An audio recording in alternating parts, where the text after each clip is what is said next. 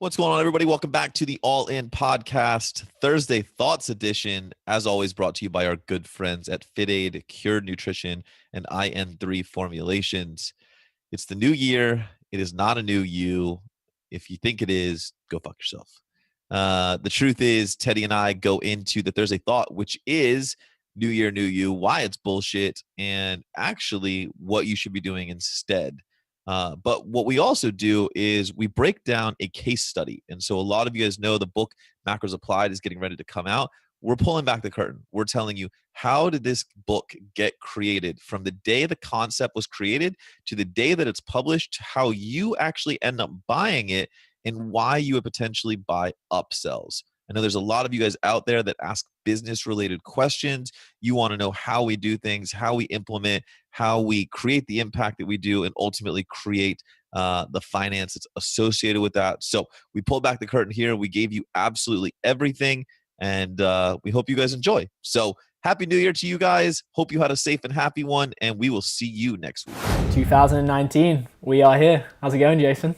Dude, we're here. That's it always makes me laugh. Everyone's like, oh, the new year, and it's like this big deal. And I must just be like a Debbie Downer because I'm like, like it's another day. Yeah, no, dude, I'm the same. I think that's why we kind of get along so well. I think we're similar with things like this. Like people will text me Happy New Year, and I'm like, Happy New Year. But for me, it's just, it was an early night for me, and then new day, getting up early and just having a nice day, obviously with the family, but For sure. just another day. How was your? Did you do anything crazy on New Year's? No, God, no. God no. Crazy in my life is I was awake at midnight. So Okay. that was, I actually saw the ball drop, and then I think I was asleep by like 12:15. So Okay. that was about as crazy as it got. And I think we had dinner at my house catered. We actually had Maggiano's, and so that was like your last dinner here before you left DC. Dude, that place is legit. Like that food is awesome. Yeah, so that was really good. That was it, man. Like it just a chill day and just nice to relax.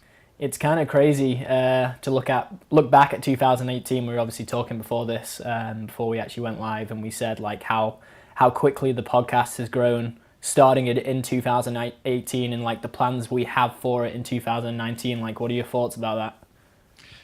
I mean, I think a lot of people have to understand, and I know we've talked about it before. You know, the podcast initially, well, and still is, it was just very much a passion project. I just wanted to. I love to be on other people's podcasts. Like, it's one of my favorite things to do, just to talk and to shoot the shit and to, talk shop. Yeah. And so, it just kind of started going in, and then one day, you and I were literally, I think, sitting at like the dinner table, and I'm like, hey, let's go downstairs and record a Thursday Thoughts, because I got some, like, I want to rant. And that kind of turned into the fire component that a lot of people really know this podcast to be. So I'm super humbled by the response. I know every time we put one up, like, I get tagged in so many comments, and I talk to people, and they're constantly like, oh, I listen to your podcast, and I'm blown away, honestly, by the number of people that have, subscribed and downloaded episodes. It's I certainly don't gauge our efforts based on those kinds of metrics. It really is a personal fulfillment journey for us. Yeah. But it's been very cool to see where it is today, and I'm really excited because I mean, everyone loves the Thursday Thoughts, so I think you're going to see a lot more content like that coming this year. Absolutely. Like, I remember we were talking and we were saying, obviously, you are really good at podcasts. You were a great guest for a lot of different podcast interviews, but we're like, why don't we actually just have our own, where you can do this whenever you want? You can talk about whatever you want. It's not directed by someone else. And the fact that I will say to you, like, it's one of your skills. Like, you say it in your masterminds that you've been blessed with, like, the ability to communicate. And obviously, since we've started it, we've quickly realized that you have an impact on people through the message that you put out there and your thoughts. So I think it's really cool that we kind of have this, and we can bring in whoever we want, and we can do what we want with it. It's not like a podcast has to be this, and this. I think we've kind of like done what we've wanted with it and been really free and organic with it. So it's I think we always tend to do things our own way, whether we're supposed to or not. And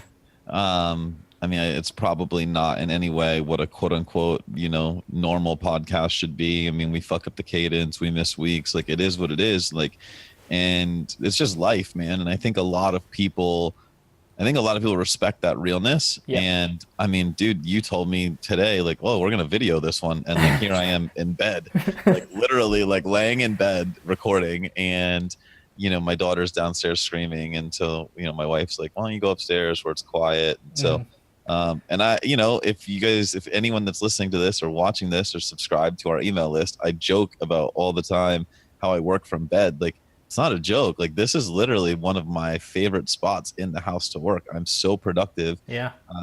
in this. And so, but yeah, I mean, we do it our way. The spoken word and the written word are two things that ironically growing up, I hated. I hated having to write long papers, and I hated having to speak in front of people. And now if I only had to speak in front of people, and I only had to write like long form content, I would be the happiest person in the world. That's crazy. Yeah, it's amazing how the human evolves. I really appreciate everybody that listens, because it gives me that opportunity. And so there's a bit of selfishness in that, and I love it, and I embrace it every single day. Yeah. And I do think that we have the best audience because they're so interactive on like social media, and they let us know what they do like, and they repost us. So we are forever appreciative of that. Like, it's awesome, and it truly means a lot when you see that. So thank you again. 100%, man. I mean, I think that, I know one of the things we're going to talk about today is kind of a case study as to like, what a launch looks like on the business side. But I think that when you look at this podcast, what are we, 2019? Like, when you look at it in 2022, 3 years from now, you're going to see a case study as to how to truly organically grow something that was not built in the typical corporate model or the typical, popular model. I think that when you do it organically, when you do it to meet the needs of your tribe and your people, you end up winning a lot faster than when you try to just please or check off the boxes or, do the things that you're quote unquote supposed to do. Like, fuck that. Yeah, it's actually what a lot of what Gary Vee says a lot. Like, I've seen the motivational videos with him and the little kids, and like his biggest piece of advice is don't look at how many subscribers you've got. Just keep doing what you're doing and filming what you think feels right, not what you think people expect from you, And 100%. then in the long term, that's going to pay off. So I'd like to think that's kind of what we're doing. It's funny you bring up Gary Vee, because you don't even know this yet. I had a conversation with Sam Ovens last night, and you probably don't even know who that is. No. But he's a very well-known marketer. Well, he's not a very well-known marketer, but he's like extremely successful. He's like very under the radar. And ironically, Sam is like, well, you don't have to be Gary Vee, because if you're spending all your time creating content, you're not doing the shit in your business. It's actually making you money. Yeah. Which to some degree I agree with. And then what you just said is literally like Sam and Gary saying the exact same thing. Like, it's basically like, do your work, stop looking at your subscriber count, and that's kind of Sam's message, and then that's Gary's message as well. Really, what it comes down to, and we've talked about this here, is security versus insecurity, and every single person is pandering to attention. Yeah, they want significance from somebody else, and I'm telling you right now, if you take nothing else from this podcast, like whoever's listening. If you don't go out and try to please yourself in 2019, you will lose. 1,000,000% you will lose. If you start trying to make other people happy and self-sabotage because of it, and piss on your own feelings, suppress your own feelings, like, it's not going to win. You can't. And this is from like the biggest people pleaser in the world. Like, that is who I am to the core. But I can tell you that like the self-evolution that happens when you start prioritizing yourself first, it's epic, man. It's so epic. So couldn't agree more.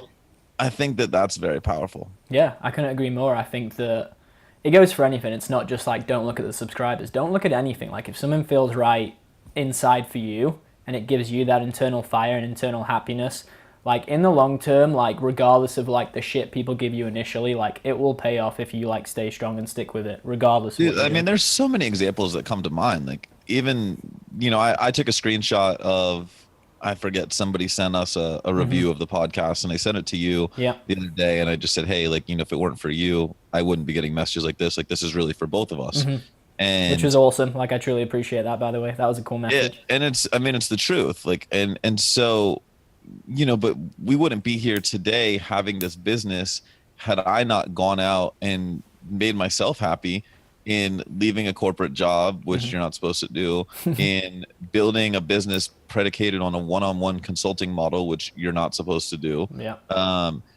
Opening up the Nutritional Coaching Institute, which, everyone was like, how the hell are you going to compete in that space? And so I've always just done what the fuck I want to do. And some people are angered by it and some people are triggered by it. And I get it. But I can tell you now, people need to start looking themselves in the mirror, and they need to recognize the things that they're angered and triggered by, and understand that's usually just their own insecurities, like manifesting and seeing things, right? So like when you get triggered by somebody, you need to stop and be like, what, like, why am I so triggered? And it's usually something that is wrong with yourself that needs to be fixed. And so I'm really, like, 2019, and I'm going to ask you this question at the end, so I won't put you on the spot now, but I'll let you kind of start thinking about it. I believe everybody should choose a word for the year that they live by. And so I'm going to ask you at the end of this what your word is, and I'm going to let everyone on the podcast kind of like hang in suspense to figure out what Teddy's word is going to be, and I'll share mine as well. Awesome. But yeah, I think it's an exercise that a lot of people should do as well. Yeah, that's so funny. I just watched a movie. Have you seen Silver Linings Playbook with Bradley Cooper? Yes. Yeah. Yes, so, one of the few movies I've ever seen. But it's a great movie. Like, it really is. A very is. good movie. And like the one word from that, like where he came out of the mental institute was Excelsior, which, like, that's a great word, and that's the one I would pick if I wasn't copying him, because that would sound badass. But again, like, that just came to mind. But That's cool. The podcast today, we kind of wanted to do, we will do Thursday Thoughts, and we've got some really cool questions to address. But you've had a project which has been consuming your mornings for the last several months now, and it's one that we're all extremely excited about, and I think that it's a really cool one to be starting the year with, just because the team at Iron Free believe that this particular project will have a lot of value for future decades, if not for the rest of the, for the rest of existence. Like, I truly believe it's that powerful. Macros applied. Like, explain it to me, dude. Well, so first of all, I'm going to call myself out. One of my Q4 targets was to write a book, and I didn't finish it. So I failed on that target. Now, that being said, the reason we set targets is even when you fail, you end up pretty damn close. And we're looking at a January release, right? So this is being recorded on January 2nd. Pre-launch for this book starts on January 4th, and I believe it goes live around the 21st is anticipated release. So, that's pretty damn close. And that's a book that, when I started Q4, the focus was on my personal book. Basically, like, I forget whatever we called it, like, but we're going to change the title. So, yeah, that's a whole nother fucking issue. So I won't go down that rabbit hole right now. Suffice to say, you cannot have somebody else write your legacy. I will. It doesn't do it justice, especially for Jason Phillips. No, you got to do that shit yourself. Yeah, for the podcast, like, when I was having that book written, I invested a significant amount of money, and I had a ghostwriter writing the majority of it. And I did a series of interviews, and the interviews were great, and we uncovered a lot of shit. And I was super excited to get the manuscript. And then I got the manuscript, and I just was like, what the fuck is this? And I sat on it for the better part of a month, and I woke up one day and I'm like, you know what? I could write something way better than this. And I remember, I mean, Teddy, I think you were with me one time when I had a call with them, and I just said, this is unacceptable, and I'm not putting it out. And they're like, well, you're not getting your money back. And I said, great, keep it. Like, it's not about the money to me. It's about the fact that you only get one chance to put your legacy out. And so I made the decision that I was going to rewrite it. So, I truly respect that though, dude, because, like, that's the hard decision to make. That's the tougher decision to make. It could have been easy to just be like, you know what? I've invested this money. It's kind of good. But you've gone, you know what? It's not what I wanted it to be. Fuck the money. Fuck the effort that's gone into it this far. We'll start again. So, like, kudos, dude. Yeah, it was a difficult decision for sure, but it was never like, it was difficult just on the premise of like, okay, I invested $25,000, right?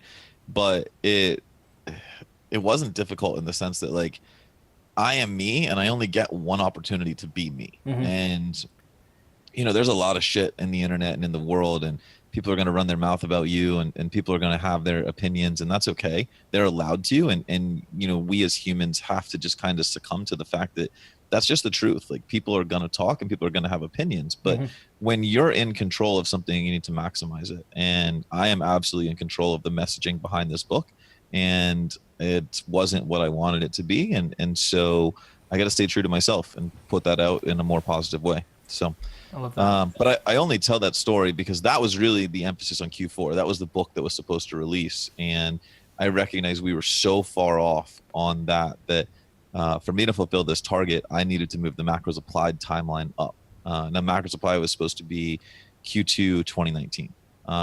And I said, no, I have the research already put together. I can write this. So let's go. And I mean, dude, I put the research together and I put my head down and I said, let's go. Like, this is going to be epic. And so, one of the things I kind of wanted to talk about today that we'll get feedback from the listeners. I hope they enjoyed this, but it's a case study as to how do you create success and how do you get your message out to a lot of people? Because I know we have a lot of nutrition coaches that listen to this that want to become more successful. Yeah. We have a lot of people in general that just want to create impact, because as everything we do, the ALLiN podcast, all in on impact, right? I mean, we ask we ask guests all the time, like, what's the one thing you got to go all in on? That's always yourself, all in on impact, right? The answers remain the same, and that's the same from our listeners. So I thought it would be really cool to kind of break down the process. And this is how a book gets written. This is how content gets to the masses. This is how you begin building your legacy play. But also, this is how you monetize a quote unquote launch. Yeah. Because I know there's people out there that want to be able to do similar things. And I've always said I will be massively transparent in every single thing that I do. Yeah. We don't hold back. Like, this is the shit that I wish internet marketers had talked about 10 years ago when I was learning. So we're going to pull back the curtain, man. Like, let's go all in. Dude, I love that, because there's not a lot of people that kind of share that information and almost the behind the scenes. But, we talk about the power of YouTube and the power of, like, the internet right now. And as it is, like, people are getting more access to that type of information, how to do things themselves. And the fact that you're kind of like going to put that out there is pretty incredible. Yeah, and I think that a lot of people want to hide things, and I'm not going to hide anything. Like, no. I'm going to tell people exactly what to expect when they get to the pre-sale page, and how funnels work, and how, like, the mind works. And I highly recommend, listen, I'm not telling you to go out and spend hundreds of dollars. I mean, the book itself is going to sell for like $40.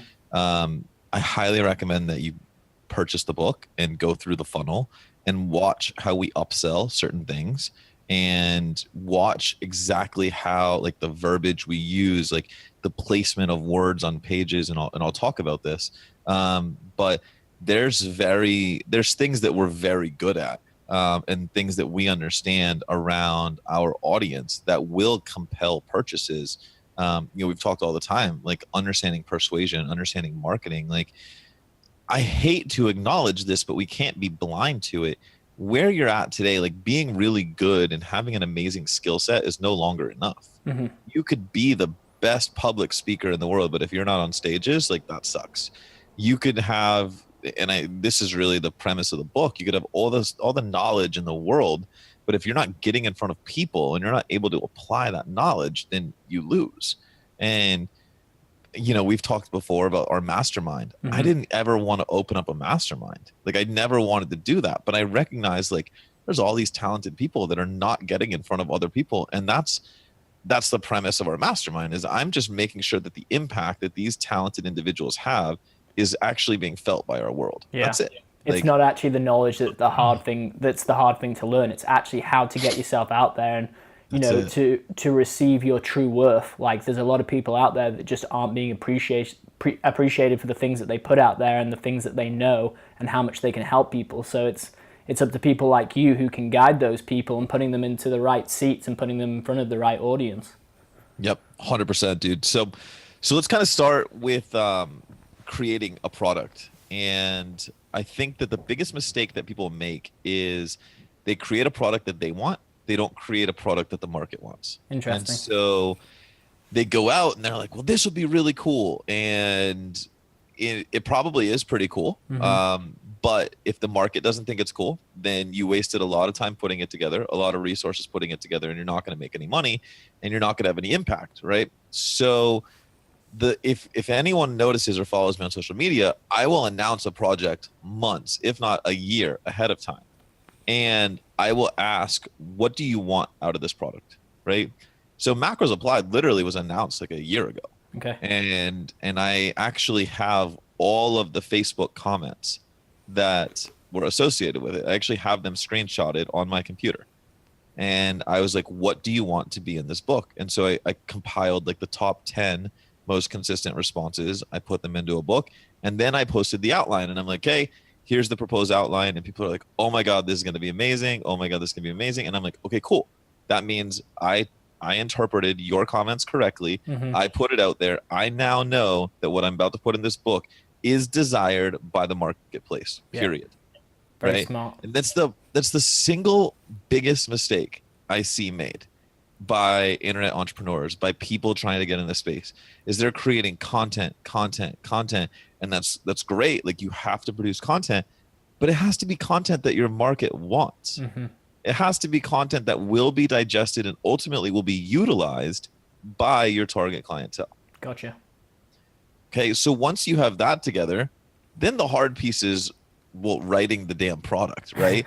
Like, a lot of people are like, how do you sit down and write a 100-page book? Because that's daunting. Number one, allow yourself a lot of time. But number two, well, inside of number one, allow yourself a lot of time, but don't put like time constraints on yourself. Like, when I say I'm going to launch a project, I just sit down and I start like writing. And some days it flows, some days it doesn't, but I don't like really like gnarly deadlines on projects like that, because then the quality is shit. Now, that's me. Obviously, like, for instance, we could go counter to that, and the level 2 happens in June of 2019. So I know that has to be written by June. Like, that was a pretty good deadline. Like, we announced that a year in advance, gave me a lot of time to write that. But inside of your book, don't give yourself a deadline of like a month from now. Just block out time in your day and write in that time.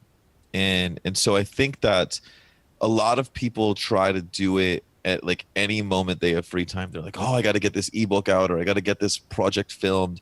And so when I get 10 free minutes, I'm going to open up the document and I'm going to write. And that is the single worst thing you can do. Agreed. I believe you should have one window of time per day where you work on it. And so the example I've given to all of our mastermind clients is, when I wrote the level 1, it was 5 a.m. until 10 a.m. every day.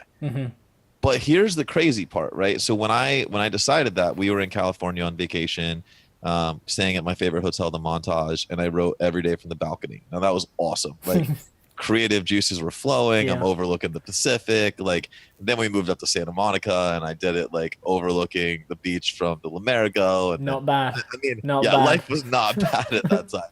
So, but this book I've just done more or less from my couch. And so, but like, when I came home from those trips, I still had to finish up the level 1, and it was 5 a.m. to 10 a.m. That's it. That time was blocked out for that. I didn't have client calls. My admin team couldn't get to me. Nobody could get to me in that time. Now, I'm human. I wake up some days and I'm not motivated. My mind is a jumbled mess, or I'm tired. And on those days, I still got up. I still got in front of my computer, and I had every intention of putting together good content. But if it didn't flow, it didn't flow. And so some mornings I watched YouTube for 5 hours and catching up on vlogs, like just entertaining myself. But here's the reality. At 10 a.m., that time block's over. That doesn't mean because I didn't write any pages that morning that I needed to move that time block until later in the day. It was done. And in my head, I'm like, great, 5 a.m. tomorrow, it's go time again. And I'm telling you, when you put it into your schedule like that every single day, you make that commitment, whether you write whether you write one page or whether you write, 15 pages, it it flows and you start to gain traction. And the weird part for me, and this is probably only me, but I would find myself thinking all throughout the day around what I was going to write that next morning. Yeah. Right. And You I was start like, to love the process. yeah, I'm like, oh, I'm going to write this and I'm going to write. And I'm like, this is kind of cool. Like, cause then I was excited to wake up at 5 a.m. and write. Yeah. So, And I love that mindset piece too, the whole like not beating yourself up if it's not flowing that day, and like, obviously just having that window, and if it doesn't flow, or if you write two sentences, it's two more sentences than you had before, and it's taking that positivity into the next day where you're probably going to be a lot fresher for it because you didn't have to go all in that day, like that's just 100%. life. Like you said, we're human beings. We're not going to be able to function 100% every day. It's the same for me when I edit a video. Like sometimes it goes, sometimes it doesn't. Yep. No, 100%. And I think that's more people need to understand that you can't rush greatness. No. And so, okay. So, let's just say you use that block, you complete the product. Now, obviously you have to get everything out to the public, right? There's a lot of ways that you can do this. One of the strategies that we're employing for this one is we do have some affiliates. So we do have some friends with big email lists and big social media followings that are going to promote this for us. We do compensate for them for that. So they get 50% of the front end product. And I'll explain what that means here in a second. And so we put that out there, right? But before you get to that, you need to know, what is the end goal, right? And so this is where, in my opinion, everybody fucks up, because it's like, okay, $40 book. Let's just arbitrarily say 1,000 copies. They're like $40,000. Yeah, that's awesome. I want to make $40,000 from this book. And that is the wrong way to go about it.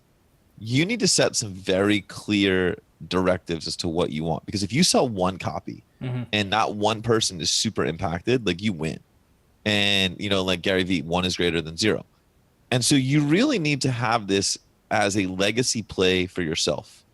Every product you put out there needs to 100% be to like bolster who you were 10 years from now, 15 years from now, 20 years from now. You want people to be able to talk about that, because you don't want to be putting shit into the marketplace just to make money. And every single person I see getting into this, it's like, well, even if it's a free opt-in, they're like, well, I just, I put out this free opt-in and only 5 people joined my email list. And it's like, well, did it really add value? And, I put out this ebook and I only sold 200 copies instead of 2,000 copies. Well, did it really add enough value? So it really has to be a value-driven proposition. And so our metrics internally are always driven by, how many people are we going to impact by this project, right? That's always our goal. Yeah. That kind of reverse engineers how we go about the affiliates we have, our marketing approach, right? It's not a numbers driven game. Now, there are some metrics financially inside that we'll look at, especially when you get into paid traffic, but that's not something I'm going to bore people with on the podcast, right? So first of all, right, you complete your product, develop a metric inside of impact that you want to have with this. Because if you say you want to get this in front of 1,000 people, you will get it in front of 1,000 people. Like, as many as possible is not a metric. It's not clearly definable. So if you need to have a specific number that you want to get this in front of, and this is why we go back to the target game inside the mastermind, we get massively clear on our desired results, period, right? Once you have that, then you got to develop your marketing strategy. And so for this one, and I'll give everybody the heads up because it comes out on the 4th, there's a funnel. And we decided there's multiple layers to how people will consume this. So you will go to the sales page. You'll see a video of myself explaining to you what the project is. Now, one thing you'll notice is our headline is massively compelling. It's very good.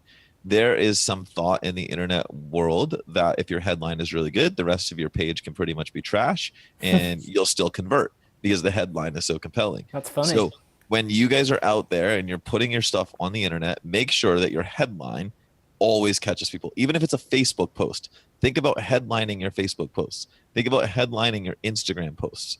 Like, think about putting quality headlines that grab people's attentions, because then you're able to get across what you're trying to get across. So our headline on our sales page is good. There's a video of me.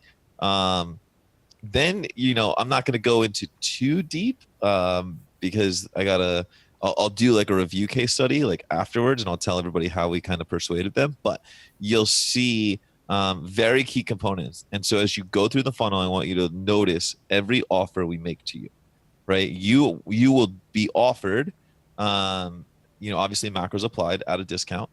You will be offered to bundle it with macros explained.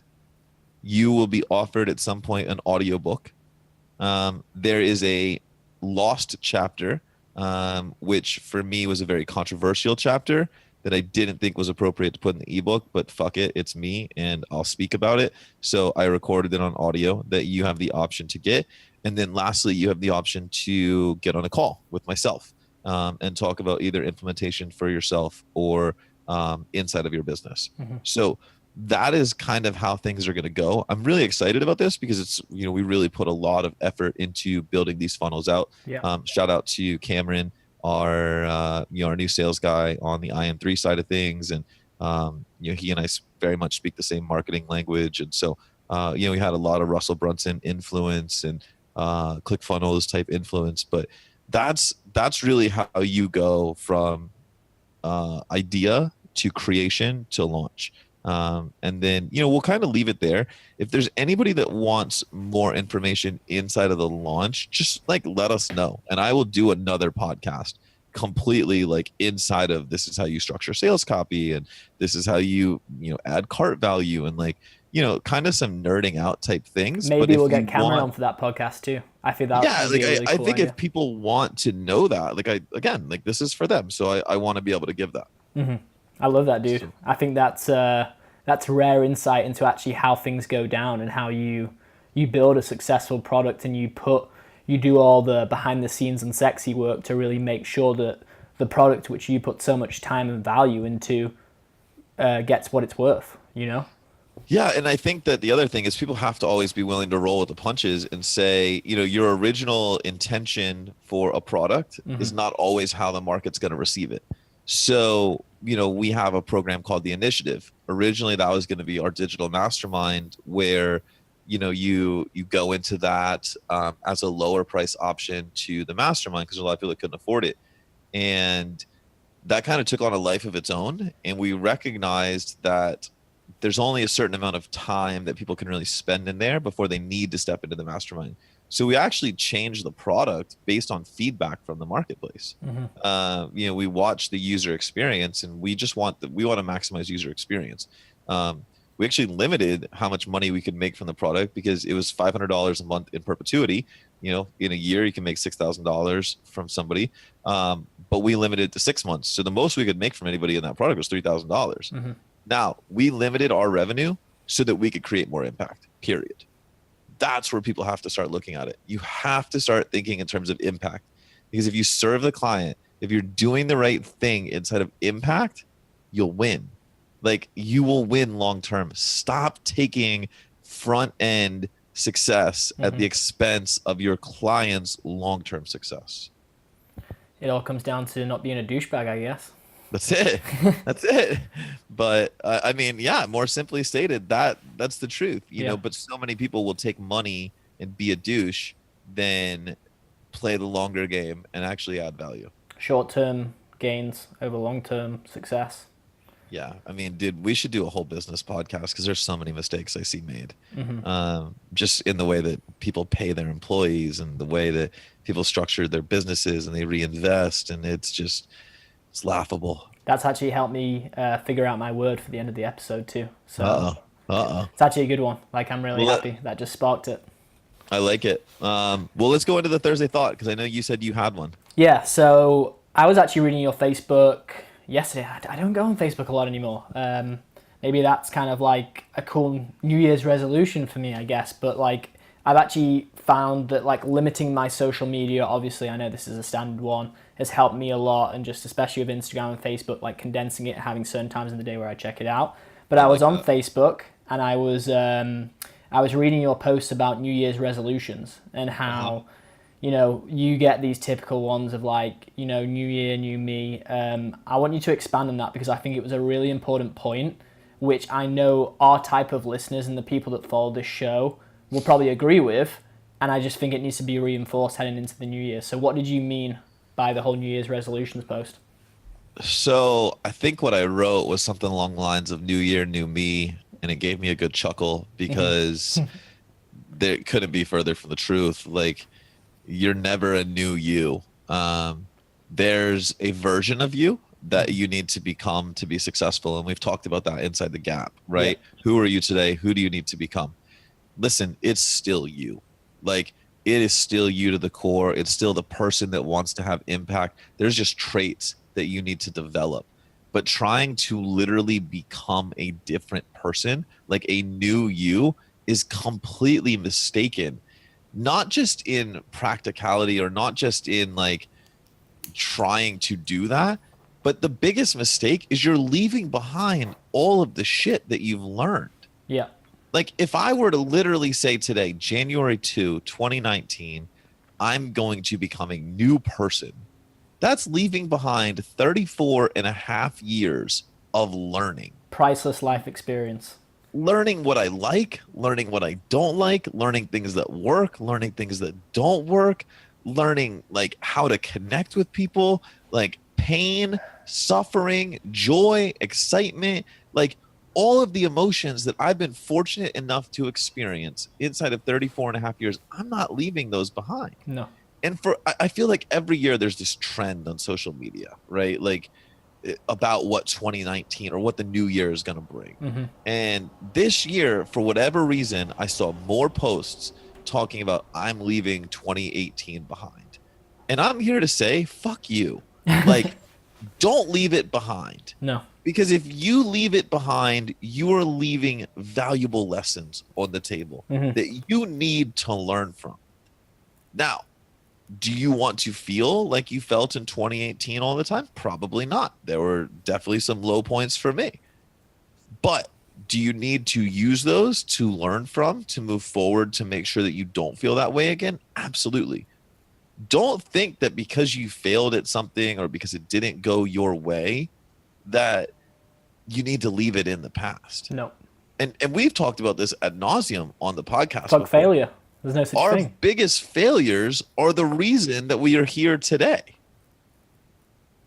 Like we talked earlier, the whole one-on-one model. The gurus told me I couldn't create a business on a one-on-one model. I listened to them for like my first 8 years in business, and I failed. I failed, and I failed, and I failed. And so finally, it was like, I'm going all in on this model because it's the only thing I know. And had I not gone through the failure of trying to comply with what the industry standard was, then I wouldn't have been so sure and so ready to back myself. So I didn't leave that behind. There's no way in hell that I needed to leave that behind. I mean, and we can apply this inside of all three dimensions, right? Inside of frame, our physicality, dude, I know that I can't go back to 5 days a week of CrossFit. No. Not Like a chance. full transparency, I did a fucking 12 days of Christmas WOD that wrecked me for like 9 days. I believe it. Those words are savage. Literally fucked me. And so like if I was, I thought, oh great, it's just one workout. Like if I didn't have the experience, if I just left it behind in my past and I didn't recognize that like being super fucked from a workout was not okay, I'd be in a really bad place today. Yeah. Right? Inside a family, if I treated my wife and kids the way that I treated my girlfriend when I was like 18, I probably wouldn't be married or have a daughter. Yeah. Like if I treated our team, which is relationships, the way that I probably treated people earlier in my life, I wouldn't have a team. I wouldn't have a business. And so like, I can't leave that behind. I just need to learn from it. Right. And then inside of finance, I mean, fuck, if I did the shit today that I did back in my 20s, I mean, dude, one of the happiest moments of my life is going to be April 1st when I give the keys back to BMW Yeah, and I'm like, here's your fucking i8. that's Like, crazy. full on, like, $100,000 mistake, Hmm. right? Like, $100,000 learning But you'll experience. be so much better for it. But yeah, I'm not going to be, I'm not going to leave that behind. Like, I now, number one, I now know a better way to go about getting exotics. Hmm. But number two, like, you just learn. Like, what you think is going to fulfill you doesn't fulfill you. And I can, inside of that story, I mean, shit, 2 weeks after I had the car, I was ready to fucking be done with it. Hmm. So, let alone 3 years later, and I haven't driven the damn thing in 7 months. But it's, dude, in every dimension of our human beings, of our beings, right? Frame family finance, you can't leave shit behind. No. You need to learn every single day. And I just think that, like, the whole resolution of new year, new me, like, fuck you. Like, you need to put that version of you that you need to become and just keep chasing it. Yeah. And just because the clock struck midnight on December 31st doesn't mean that there's a new you. Like, it's another day to wake up and to chase those things. I mean, we opened this podcast saying it's a chill night. Like, yeah, I was awake at 12 o'clock, but I Hmm. woke up the next morning. I started writing my book again. Like, Nothing changes. period. No, like, it doesn't. No extremes. I think people, yeah, like you said, I think that things happen for a reason. And like if you have that mindset, like you'll be so much better for it, and we've talked about it so many times this year. Like failures are important. Like, you learn about a lot about yourself through failure, and you learn a lot about yourself through success and through life. And like I'm 25 years old. I don't even think I'll get it right maybe until I'm 40, because I believe like the next 15 years there's still a lot of things that I have to learn, and there's still a lot of like value that I have to get from life. And I'm not afraid to take risks and do certain things, but not scrapping everything from my previous 25 years. That's so stupid. Yeah, I mean, it's mind blowing to me, to be honest. Hmm. And I think just the statement itself is what I have an issue with. And I think that, to be fair, most people have it to be very well intentioned. Like, they Hmm. don't actually mean they're leaving it behind. But this is also where I'll call people, like, don't say shit that you don't mean. Yeah. Like, the words that come out of your mouth, like, your brain understands, like, the words. Hmm. It doesn't understand the intent, right? So you need to, and we had a whole podcast on this, you need to start being very intentional. Hmm. It's not about action, it's about intentional action. Yeah. So, like, going out there and hustling and, like, grinding and whatever else is fucking sexy right now, that's not the way. The way is to go out and to have very fucking crystal clear targets and to be executing against those targets, period. Hell yeah. Like, if you don't have a plan and a vision of where you want to be, you lose. If you're going through life every single day hoping and praying that success happens, you will lose. Dude, I'll take a quote from a Cody Boom Boom podcast Yeah.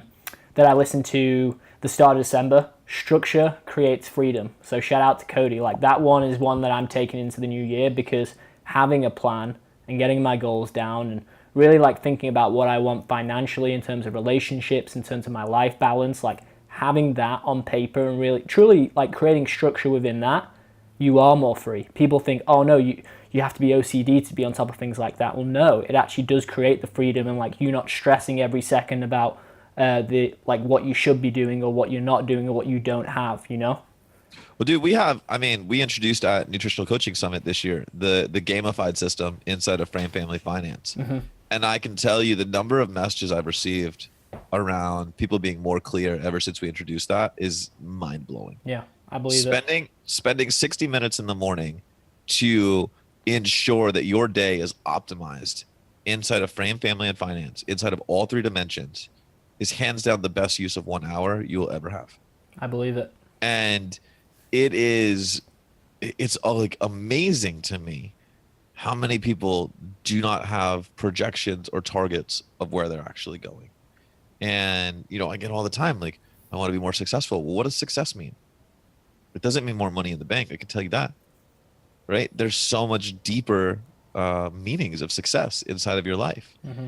And it's not until you really dig deep and figure out what your targets are that then like the roadmap kind of reveals itself. Mm-hmm. And we should do a podcast on targets and setting targets and Yeah. the tangibility inside of targets, because it's a big piece of my life. And shout out to Garrett, he's the one that introduced the target game to me, Yeah. and really made me get crystal clear on creating that. But so few people know where they want to be, and it's amazing what you can achieve in relatively short amounts of time when you set targets. Yeah. I mean, we joke inside the mastermind, we collapse time, but like we really do. I mean, we create physical success and financial success at rates faster than anybody. And it's because when we work with clients, be it nutrition coaching or business coaching, we set targets Yeah. and we execute against those targets. Not to sell IN3 coaching, but like I know for a fact when you go into another coaching platform, you're not required to set targets. We're the only ones implementing this system. And this is why our success rate is so much higher. Mm-hmm. And it's also why clarity is at an all-time high. Because if you're not crystal clear around what to expect in the process, if you're not crystal clear around where you're going, you will live in ambiguity. Ambiguity only leads to complacency, period.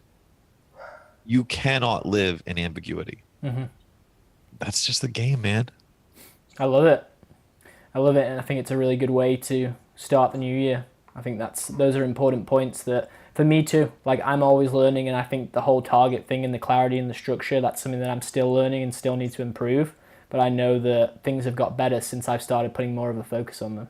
So I mean, we as a company have targets for 2019. I personally have targets for 2019, mm-hmm. but then I have quarterly targets as well. And then I have weekly targets. I mean, Nicole and I sit down once a week, and we map out what are the four things we need to do this week. Mm-hmm. We create one big target and we create 4 action steps to get there. And so there's a lot inside of targets and the game that is targets to getting to the success that you want to have. I love it. Dude, So I've got some nutrition questions for you just to wrap up cool. this episode. I've got 4 minutes before I have to be on a call with Julian Pinot. So let's Okay, hammer. we're gonna get through these quickly, and then we're gonna finish with the 2 words, one for me, one for you. You ready? Yes, sir. Okay. There's so much conflicting information about protein intake, and I know this is very circumstantial, but give me an example client and kind of like how you go about protein intake. So in general, if you come to NCI, we're going to tell you that like the reference range is usually going to be 0.7 to 1.2 grams per pound of body weight. Mm-hmm. And I'm going to preface this with assuming all things normal, right? Assuming you're not metabolically adapted, assuming we're not bringing you out of severe caloric restriction, and also assuming you're not obese. Mm-hmm. Because obesity, you're not using pounds per body weight or even kilos per body weight.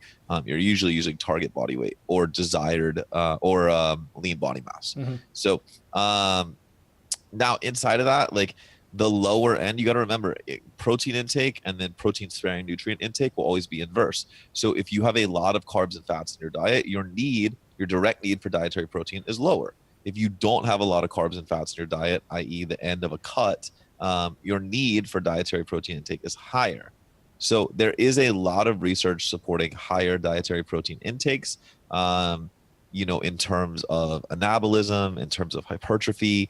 And so I am big on pushing the limits, but in the CrossFit space, for instance, we also know there's a lot of GI issues. Mm-hmm. And so when you're dealing with somebody who has a fucked up gut, then you have to watch protein intake because they're not going to digest it very well, and it's only going to exacerbate those issues. So I would love to give you a blanket statement on that, Yeah. but like, as you can see, like immediately, like when I hear a question, it's like, I want to ask 100 questions. Which is nutrition, and that's the skill in it. That it has to be nutrition, right? Like there's no blanket statement on protein.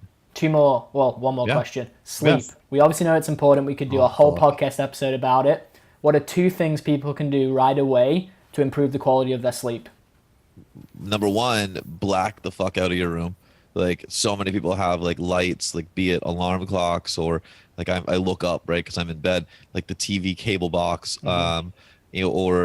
Like I've got just shades. Like I should have, like in Arizona, I'm going to have blackout shades. installed into my room. And Mm-hmm. so, that's number one. And then number two, bring the temperature down, sleep in a colder room. Love it. The studies are super clear on that, man. Yeah. Okay, dude. What's your word heading into 2019? Oh no, we got to start with yours. What is your word? Mine is patience. So patience in everything you do, long term over short term. If you have a plan, things are going to derail you at times. Just be patient, and I think that's a really good one to head into this new, especially for me, for a lot of reasons to really have a strong year. I Yourself? love it. My word is self. So I spent 2018 learning that I needed to prioritize myself a Mm-hmm. lot more, and that you can give and give and give to an extent, but you cannot pour from an empty cup. And my biggest weakness is I do not refill my cup.